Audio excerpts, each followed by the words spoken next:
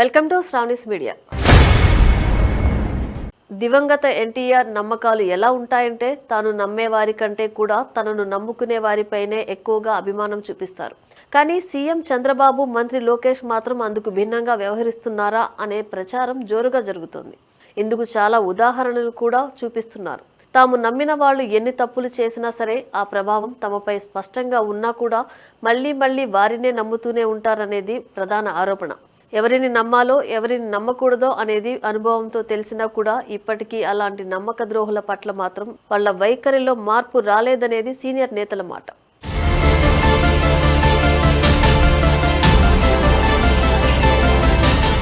చంద్రబాబుకు అపర చాణక్యుడు అనే పేరుంది.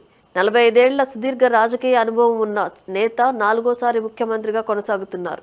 దేశ రాజకీయాల్లో చక్రం తిప్పిన చరిత్ర చంద్రబాబు సొంతం. ఒకప్పుడు పరిటాల రవి, డాక్టర్ కోడెల శివప్రసాద్, దేవేందర్ గౌడ్, ఎర్రన్నాయుడు, మాధవరెడ్డి వంటి నేతలతో రాష్ట్ర రాజకీయాల్లో తనకు ఎదురు లేదని నిరూపించారు. తన వైపు కన్నెత్తి చూడాలంటేనే భయపడేలా చేసుకున్నారు. అయితే చంద్రబాబు దగ్గర ఒక వీక్నెస్ ఉందనేది ఆయనను దగ్గరగా చూసిన నేతలు చెబుతున్నమాట. అవే కొంతమంది చెప్పే కాకి లెక్కలు. సర్వే నివేదికలు తాను నమ్మిన ఒకరిద్దరు చెప్పే కాకి లెక్కలను చంద్రబాబు గుడ్డిగా నమ్ముతున్నారని, లోకేష్ కూడా అలాగే చేస్తున్నారేమో అని అనుమానం వ్యక్తం చేస్తున్నారు. పార్టీలో ఉన్న నేతలంతా మనోళ్లే అని గుడ్డిగా నమ్ముతున్నారని, ఇప్పటికీ ఎవరిని ఎంతవరకు నమ్మాలనే విషయం ఇప్పటికీ తెలియటం లేదనే ప్రచారం జోరుగా జరుగుతోంది. కొన్ని విషయాల్లో చంద్రబాబును అనుసరిస్తున్న లోకేష్ పరిస్థితులను అనుకూలంగా మలుచుకోవటంలో ఇబ్బంది పడుతున్నారనే మాట వినిపిస్తోంది. కొందరు తప్పుడు మనుషులు చెప్పుడు మాటలు విని టీడీపీలో కొందరు నాయకులను, కార్యకర్తలను దూరం చేసుకుంటున్నారనేది సీనియర్ల మాట.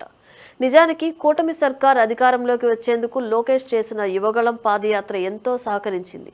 మొత్తం 11 ఉమ్మడి జిల్లాల్లో 97 అసెంబ్లీ నియోజకవర్గాల్లో లోకేష్ పాదయాత్ర చేయగా అందులో 90 స్థానాలను కూటమి గెలిచింది.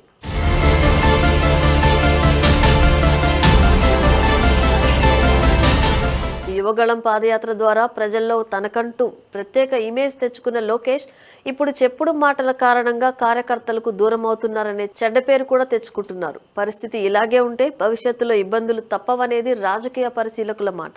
అధికారం కోల్పోయిన తర్వాత వైసీపీలోని రెడ్డి, కాపు కులం నేతలు ఆధారాలు లేని ఆరోపణలు, విమర్శలు చేస్తూ రెచ్చిపోతున్నారు. ఇంకా చెప్పాలంటే అసభ్య పదజాలంతో బండబూతులు తిడుతున్నారు. అయినా సరే తెలుగుదేశం, జనసేన పార్టీల్లోని కాపు, రెడ్డి సామాజిక వర్గం నేతలు కనీసం స్పందించడం లేదనేది వాస్తవం. ఇంకా చెప్పాలంటే వాళ్ళు అసలు కనిపించడం లేదు కూడా. కాపు నేతలుగా గుర్తింపు తెచ్చుకున్న గంటా శ్రీనివాసరావు, కన్నా లక్ష్మీనారాయణ వంటి సీనియర్ నేతలు కనీసం స్పందించడం లేదు. వైసీపీ తిట్టింది, తిడుతుంది కూడా తమను కాదు కదా అన్నట్లుగా వ్యవహరిస్తున్నారు. అనగాని సత్యప్రసాద్, నిమ్మల రామానాయుడు వంటి నేతలు పార్టీ ఆఫీసులో ప్రెస్ మీట్ పెట్టి మాట్లాడి వెళ్లిపోయారు తప్ప నియోజకవర్గాల్లో బలమైన కాపు, రెడ్డి, బీసీ నేతలు, ఎమ్మెల్యేలు కనీసం స్పందించడం లేదు.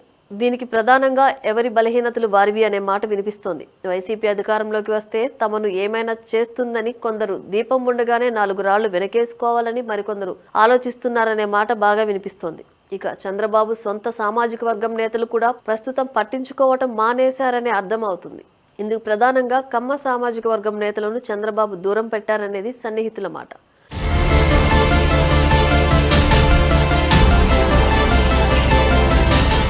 సొంత సామాజిక వర్గం నేతలను చంద్రబాబు, లోకేష్ దూరం పెట్టారని, ఏడాదిన్నరగా వారిని దగ్గరకు రానివ్వటం లేదంటున్నారు. పార్టీలో తమకు కనీస గౌరవ మర్యాదలు కూడా ఇవ్వటం లేదని, అందుకే తాము కూడా దూరంగా ఉన్నామంటున్నారు. పార్టీలో కొందరు సీనియర్ నేతలు తమను గుర్తించకపోగా అవమానిస్తున్నారని, అందుకే దూరంగా ఉన్నామంటున్నారు. కల్తీ నెయ్యి వ్యవహారంలో వైసీపీ నేతలు దూకుడుగా వ్యవహరిస్తుంటే టీడీపీ తరఫున సరైన కౌంటర్ ఇవ్వటం లేదని, ప్రజలకు వాస్తవాలు వివరించడంలో టీడీపీ నేతలు పూర్తిగా విఫలమయ్యారని చంద్రబాబు సొంత పార్టీ నేతలపై ఆగ్రహం వ్యక్తం చేశారు కూడా.